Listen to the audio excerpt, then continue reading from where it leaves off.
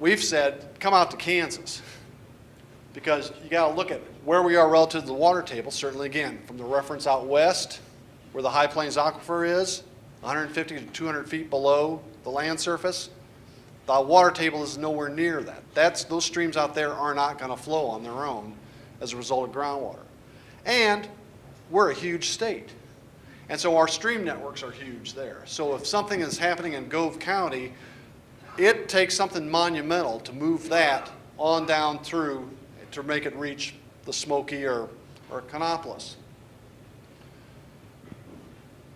The other aspect that they totally ignored, which is embedded within the conversation that the Supreme Court had when it was having its rulings relative to this issue, is flow frequency.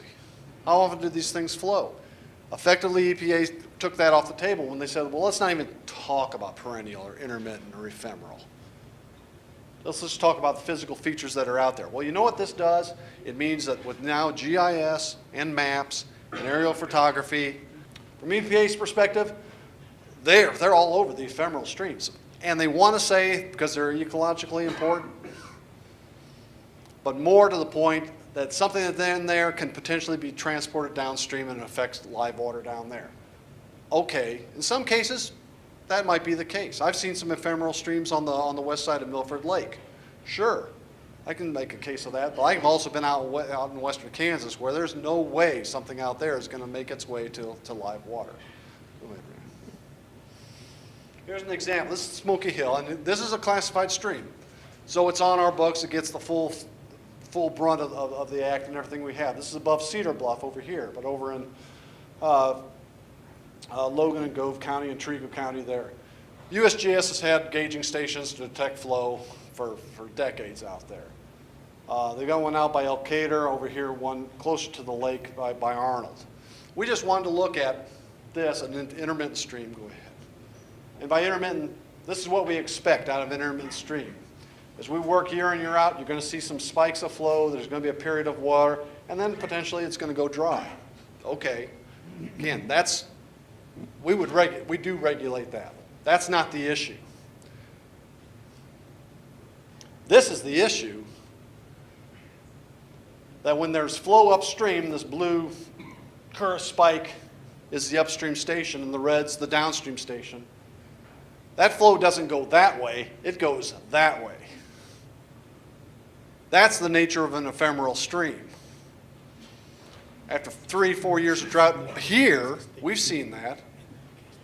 Until this year, it'd been like 3 or 4 years, even with some heavy rains, until my sump pump went.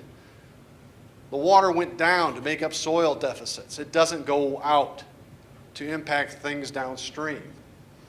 There's a disconnection there. This flies in the face of what EPA is arguing why all tributaries should be jurisdictional. We're saying it doesn't fly out here. It doesn't work because that level of connection isn't there.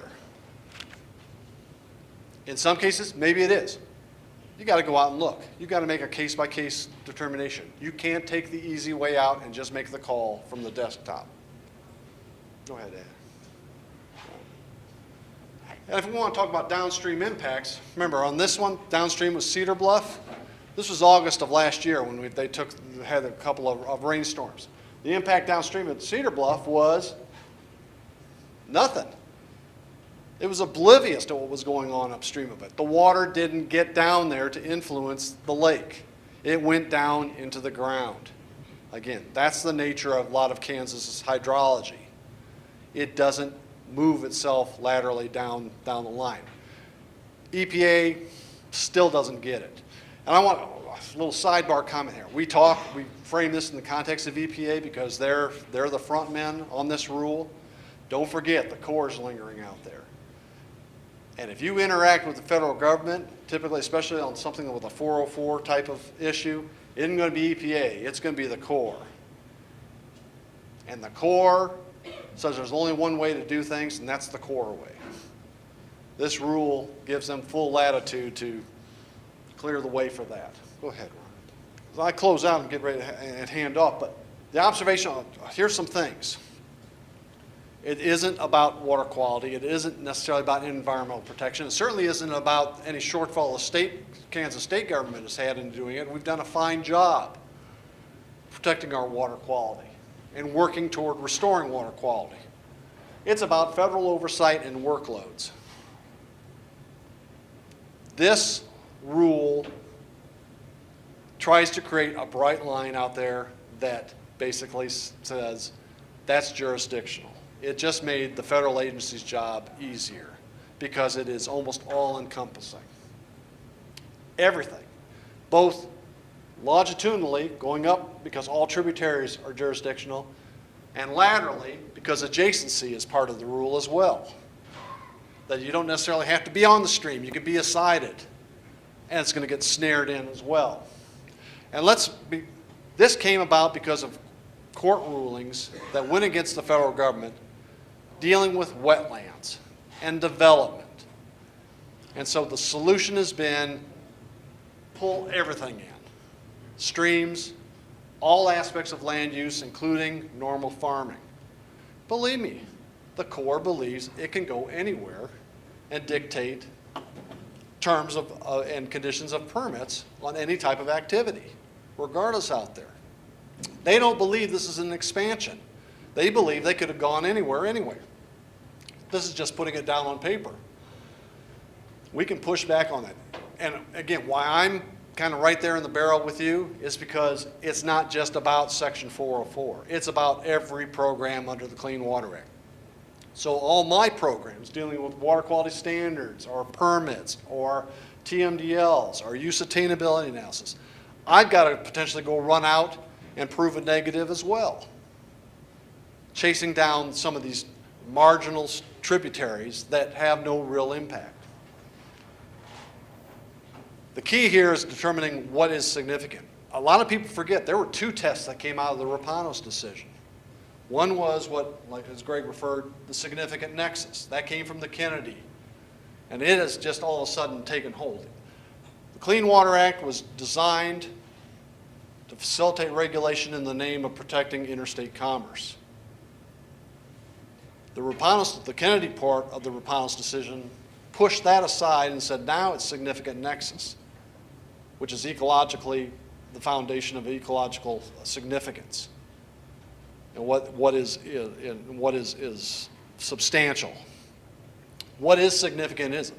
The second test was Scalia's test, which said the Corps overreached here because you got to deal with relatively permanent waters.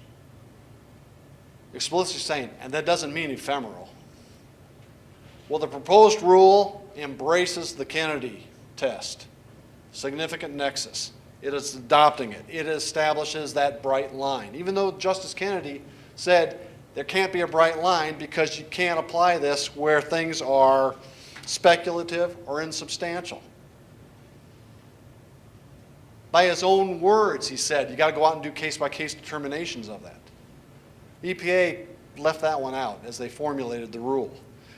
On the Scalia test, they blew right through it. It says if that is, this new regulation countermands that. We don't have to adhere to that. The confusion that we've seen across the country is courts don't know which test to apply. Some have applied one over the other. Others have applied either or. In our 10th Circuit, for us, there hasn't been a test case. That might be because we're the most heavily agricultural setting that it'd be a tough call to make. So we'd have no guidance judicially on where this goes. In the absence of that, EPA's rule basically has set the ground rules for us and has determined that. Again, coming from where the Farm Bureau is coming from in terms of where it's going, and Ryan's point about those other waters, the good thing about the other waters is it said you got to make those case-by-case determination. And that's where we're throwing the challenge flag on.